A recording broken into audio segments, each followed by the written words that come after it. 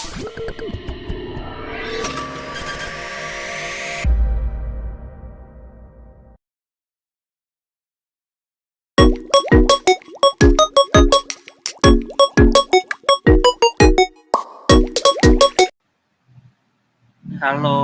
Assalamualaikum. Perkenalkan, nama saya Alfa Ramadan. Kali ini saya akan mempresentasikan tentang perencanaan terpusat dan alokasi sumber daya dalam sosialisme. Pembahasan yang akan dibahas pada hari ini yaitu ada 5 pembahasan. Yang pertama yaitu ada definisi perencanaan terpusat. Yang kedua ada tujuan perencanaan terpusat. Yang ketiga ada dampak perencanaan terpusat. Yang keempat ada karakteristik perencanaan terpusat. Yang kelima ada alokasi sumber daya dalam sosialisme. Apakah ada yang tahu apa itu definisi perencanaan terpusat? Tidak tahu, Pak. Jadi, perencanaan terpusat adalah suatu mekanisme di mana keputusan mengenai produksi dan distribusi barang dan jasa ditentukan oleh otoritas pusat. Jadi, seperti itu definisi perencanaan terpusat. Pak, kenapa pemerintah yang menentukan produksi, distribusi barang dan Tujuan perencanaan terpusat yaitu yang pertama untuk mensejahterakan masyarakat, di mana pemerintah mengutamakan pemenuhan kebutuhan dasar masyarakat. Yang kedua yaitu mengurangi ketimpangan untuk menghindari adanya akumulasi kekayaan di tangan segelintir individu. Yang ketiga yaitu menjaga stabilitas ekonomi untuk mencegah terjadinya fluktuasi ekonomi yang sering terjadi dalam sistem pasar bebas. Pak, apa dampak adanya perencanaan terpusat?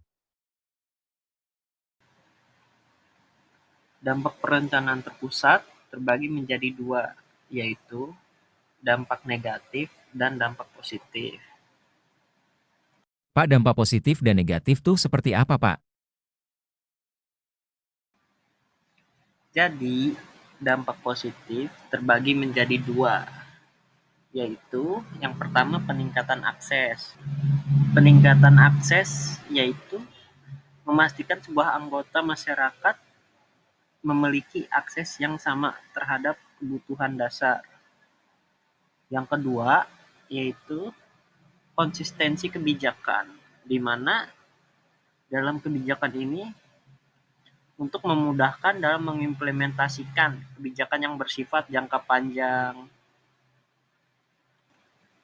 Contohnya kebijakan yang berjangka panjang itu seperti kebijakan pendidikan, kebijakan kesehatan, dan kebijakan ekonomi.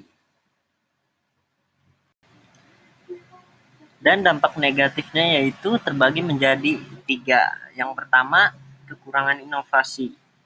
Kekurangan inovasi itu merujuk pada situasi di mana suatu organisasi, perusahaan, atau negara tidak mampu dalam menciptakan atau mengembangkan, menerapkan ide-ide baru atau produk yang dapat meningkatkan efisiensi, efektivitas, dan daya saing suatu negara tersebut. Yang kedua, yaitu birokrasi yang rumit, di mana proses perencanaan yang panjang dan birokratis bisa menyebabkan ketidakfleksibelan dalam merespon perubahan kebutuhan masyarakat. Yang ketiga, yaitu korupsi dan penyalahgunaan kekuasaan. Ketergantungan pemerintah dapat membuka peluang bagi praktik korupsi, di mana isu ini serius yang dapat merusak integritas dan keadilan dan efisiensi dalam pemerintahan. Dampak ininya juga dapat merugikan bagi masyarakat dan ekonomi dan sistem pemerintahan tersebut. Wah, tadi pelajaran tentang ekonomi seru juga ya hari ini. Wah, iya seru. By the way, untuk besok belajar tentang apa lagi nih? Besok akan belajar tentang karakteristik perencanaan terpusat dan alokasi sumber daya dalam sosialisme. Materi selanjutnya yaitu membahas tentang karakteristik perencanaan terpusat. Yang pertama, ada pengambilan keputusan terpusat. Ini merujuk pada proses di mana keputusan yang sebelumnya diambil oleh otoritas pusat dapat ditinjau kembali atau diubah dan dibatalkan.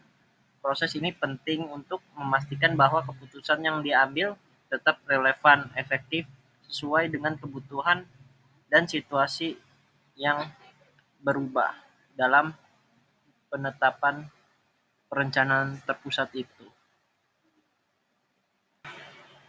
Yang kedua yaitu ada pengendalian sumber daya, di mana proses sumber daya ini yaitu untuk mengawasi penggunaan sumber daya yang tersedia dalam suatu negara.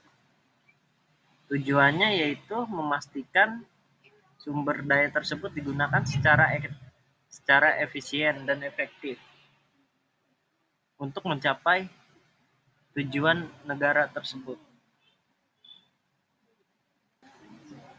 Yang ketiga yaitu rencana jangka panjang. Ini untuk merinci tujuan, sasaran, dan langkah-langkah yang akan diambil oleh suatu negara atau perusahaan atau individu dalam periode waktu yang lebih panjang. Tujuan rencana jangka panjang itu untuk memberikan arahan.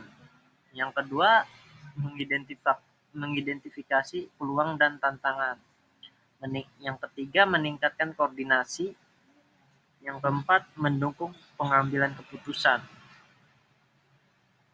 Contohnya yaitu seperti pemerintah daerah memiliki rencana jangka panjang untuk membangun infrastruktur seperti jalan, jembatan, dan fasilitas publik yang direncanakan untuk dilaksanakan dalam 20 tahun ke depan.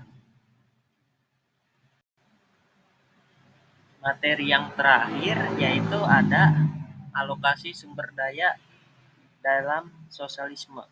Yang pertama ada identifikasi kebutuhan.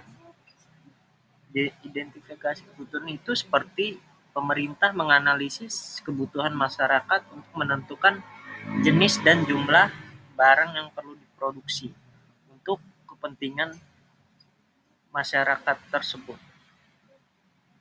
Yang kedua yaitu penentuan prioritas, di mana dalam penentuan prioritas distribusi sumber daya dengan fokus pada sektor-sektor yang berdampak langsung terhadap kesejahteraan masyarakat seperti kesehatan, pendidikan, dan infrastruktur. Yang ketiga, ada pengaturan produksi, di mana industri harus mengarahkan untuk memproduksi barang dan jasa sesuai dengan rencana yang telah ditetapkan oleh pemerintah pusat. Yang keempat yaitu keseimbangan wilayah, di mana pemerintah memastikan bahwa sumber daya dialokasikan secara merata di berbagai daerah yang pemerintah telah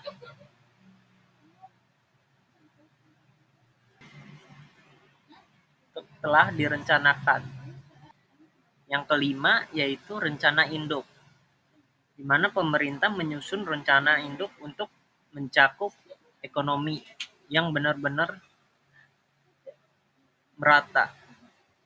Yang keenam yaitu badan perencanaan, di mana pemerintah mengawasi dan mengimplementasikan rencana alokasi sumber daya yang akan disebarkan ke seluruh daerah-daerah yang membutuhkan sumber daya tersebut.